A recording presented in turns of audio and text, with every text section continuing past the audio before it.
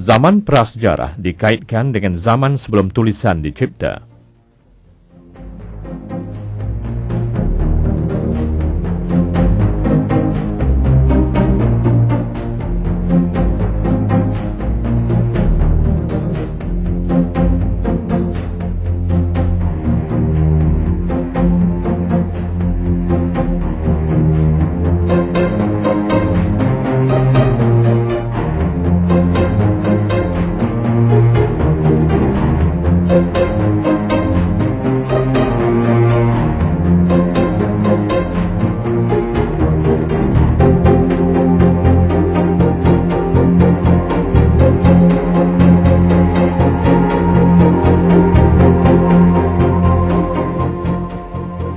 Oleh itu, zaman prasejarah dikesan melalui bukti-bukti tinggalan purba seperti bangunan,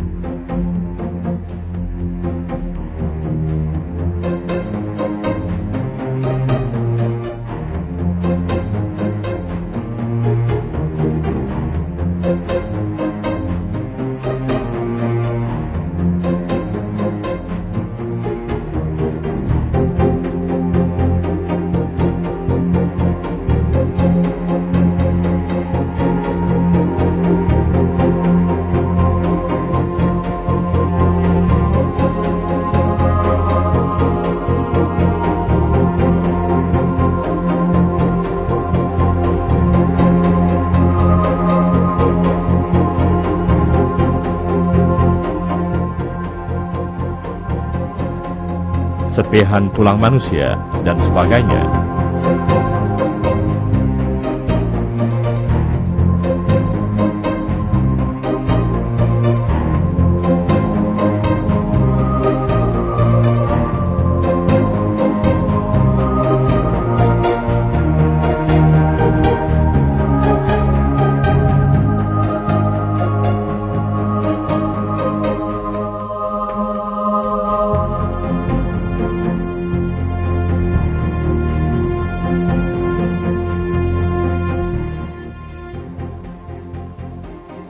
Bahan tinggalan sejarah tersebut dikesan oleh ahli arkeologi melalui proses gali cari. Okey, dari segi arkeologi, pertama kita kena ada bukti. Bukti ini datang daripada apa yang dipanggil tapak, tempat jumpaan, ataupun artifak, iaitu benda-benda yang telah dibuat oleh manusia. Jadi untuk mendapatkan bukti ini, sama ada tapak ataupun artifak, biasanya kita lakukan survey ataupun kita mendengar cerita daripada orang-orang tua di kampung-kampung. Dia kata di gua ini ada sesuatu bukti. Jadi kita bergerak berdasar pada bukti ini, maka kita masuk ke kawasan tersebut. Bukan masuk saja, kita melakukan survey dan menggunakan pendekatan sains seperti menggunakan gambar foto udara, menggunakan gambar daripada satelit yang membantu kita mengenal pasti tapak ini berada di mana. Sesampai kita di tapak, kita nak tahu pula sama ada tapak ni betul ada bukti arkeologi. Maknanya ada bukti manusia awal tinggal atau manusia awal melakukan aktiviti mereka. Jadi nak tahu ada tak ada, sebab benda ini di dalam tanah, maka kita kena ada bukti untuk mencari bagaimana nak mencari bukti tersebut boleh betul-betul bukti arkeologi. Di sini juga kita masukkan pendekatan saintifik. Kita menggunakan alat-alat daripada geofizik, contohnya magnetometer, yang boleh mengesan apa yang ada di dalam bumi dan memberikan kita sedikit gambaran di mana kita akan memulakan penggalian ataupun ekskavasi. Selepas kita dapat tapak ataupun kawasan yang paling berpotensi untuk dijalankan kajian, maka barulah kita menjalankan ekskavasi yang dijalankan secara sistematik, iaitu sangat perlahan, menggunakan bros, menggunakan pemecah ais. Tak boleh pakai cangkul kerana dia akan memusnahkan data. Sebenarnya arkeologi itu sendiri yang menghancurkan data. Selepas 10,000 tahun dulu ditinggalkan, kita pergi korek, kita pergi ekskavasi. Jadi kita kena buat secara saintifik, kita kena bertanggungjawab kerana kita mengeluarkan data sejarah sesuatu kawasan ataupun sesuatu negara. Jadi kita melakukan ekskavasi sedikit demi sedikit dengan semua rekod dibuat secara lengkap, selengkap-lengkapnya. Ya, dirakamkan dalam bentuk penulisan, dirakamkan dalam bentuk video, dirakamkan dalam bentuk kamera dan sebagainya. Maka kita akan membuat penggalian. Di samping kita menggali atau melakukan ekskavasi ini, kita akan menemui pelbagai benda ataupun pelbagai artifak. Sekiranya kita jumpa rangka contohnya, maka kita memerlukan orang yang tahu tentang rangka manusia. Contohnya ahli tulang atau patologi, ahli gigi, dentis, doktor gigi, untuk kita mengenal pasti siapa manusia ini, usianya berapa, jantinanya berapa, dan juga lain-lain bidang sains. Kerana itu pendekatan sekarang hampir seluruh dunia termasuk di Malaysia oleh USM, kita melakukan penyelidikan arkeologi secara saintifik supaya kesemua data dapat dikumpulkan, dibukukan dan masyarakat awam boleh membaca dan mengetahui sejarah awal masing-masing.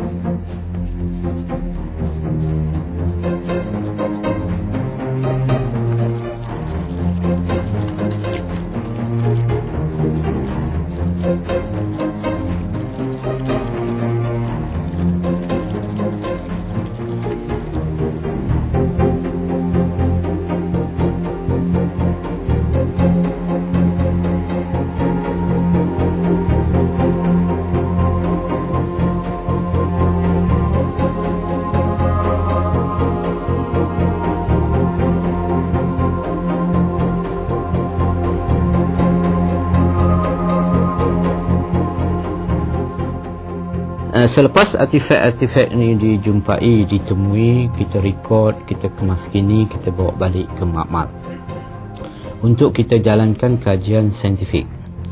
Contohnya, jika kita nak mengetahui tarikh sesuatu lapisan atau sesuatu artifak, kita mengambil bahan pentarihan, sampel pentarihan. Contohnya arang.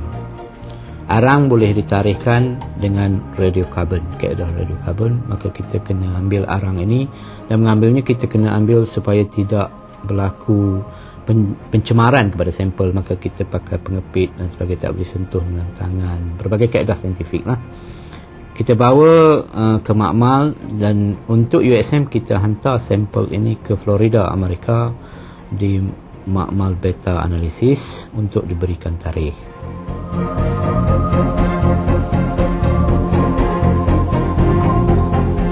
Melalui kajian saintifik seperti pertarihan radiokarbon terhadap bahan tinggalan sejarah, ahli arkeologi dapat membuat tafsiran tentang budaya masyarakat zaman prasejarah.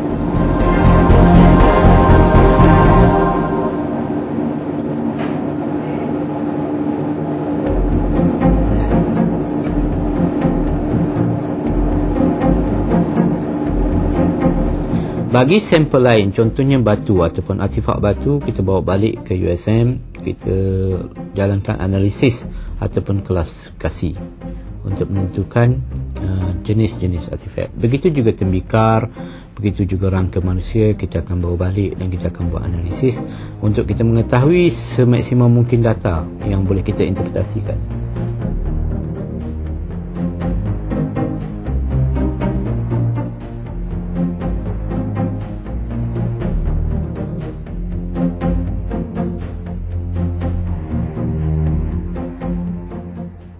Zaman prasejarah dunia biasanya dibahagikan kepada 4. Zaman Paleolitik,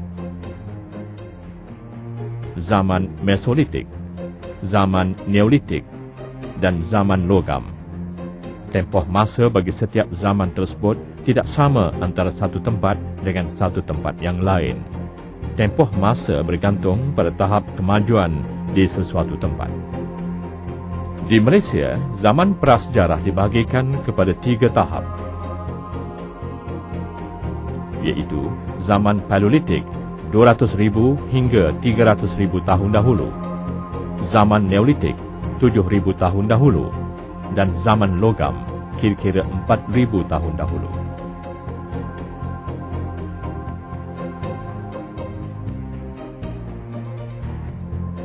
Selepas zaman Paleolitik, wujud zaman Mesolitik yang bercirikan alat batu Ho Ben yang terdapat di Vietnam.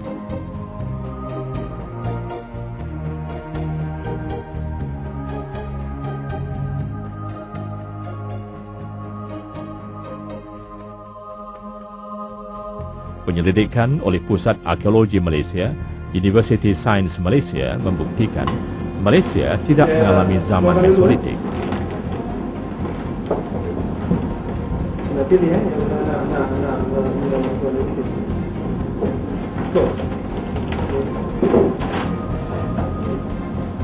Mana ini? Ambil sikit kan?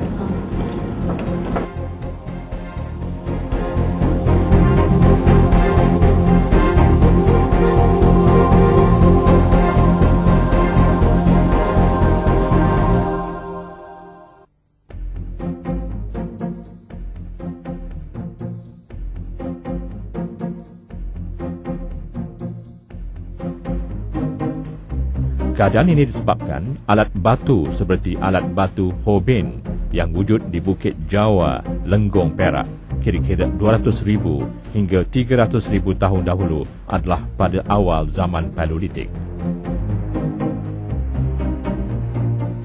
Ciri-ciri zaman Paleolitik boleh dibincangkan dari aspek penempatan, kegiatan, peralatan, kepercayaan, dan lokasi penempatan.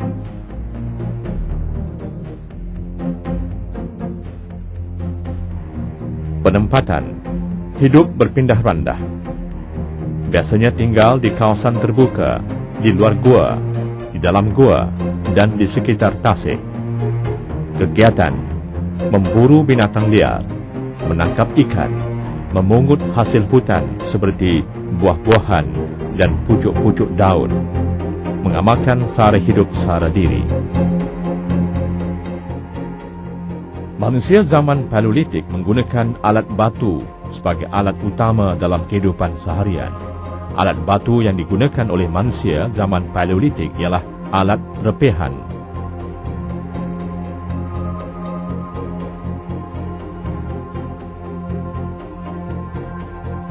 alat batu penetak dan kapak genggam.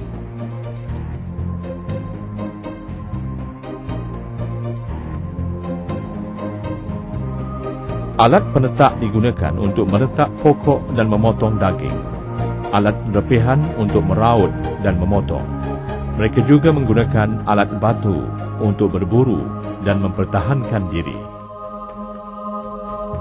Manusia zaman Paleolitik mengamalkan kepercayaan animisme.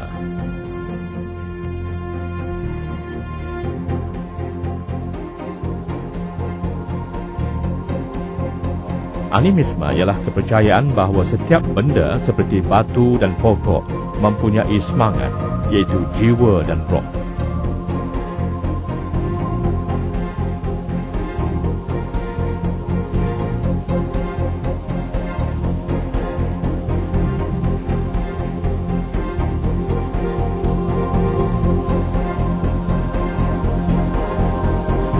Manusia zaman ini juga mengamalkan upacara perkuburan.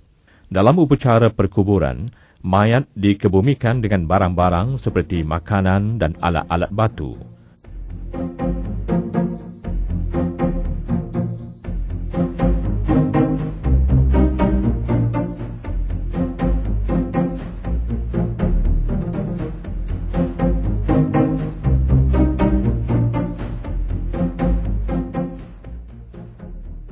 Manusia perak ialah rangka manusia zaman Paleolitik yang ditemui di Gua Gunung Runtuh pada tahun 1990. Rangka manusia zaman Paleolitik yang dikebumikan dengan kaki terlipat.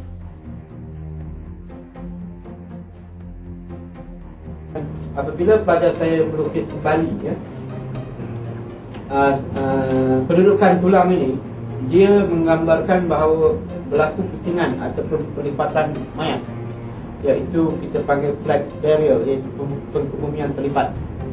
Dan semua rangka hampir seluruh dunia yang berusia 10,000 tahun ke atas memang dikirimkan dalam keadaan terlipat, tangan ke atas, kaki ke atas.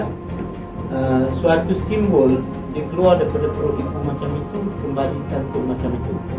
Dan sebelum ini kita menemui perak man atau manusia perak juga dalam keadaan terlibat, flex burial, yang satu tradisi masyarakat Paleolitik pada ketika itu dan berlangsung. Dan ini walaupun rangkanya tidak lengkap, tapi dari bentuk, struktur dan sudut pendudukan tulang, kita mengetahui dia ini dikebumikan dalam keadaan terlibat. Lokasi penempatan zaman Paleolitik di Malaysia ialah Bukit Jawa.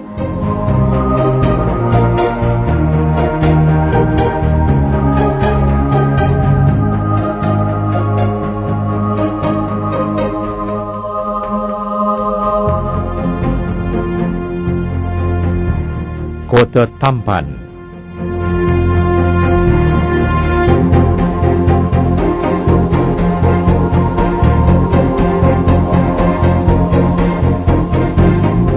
dan Bukit Bunuh di Lenggong, Perak.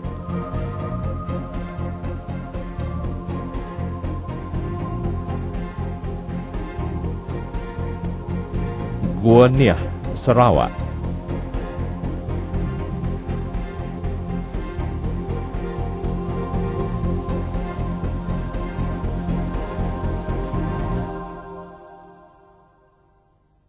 Dan Tingkayu, Sabah.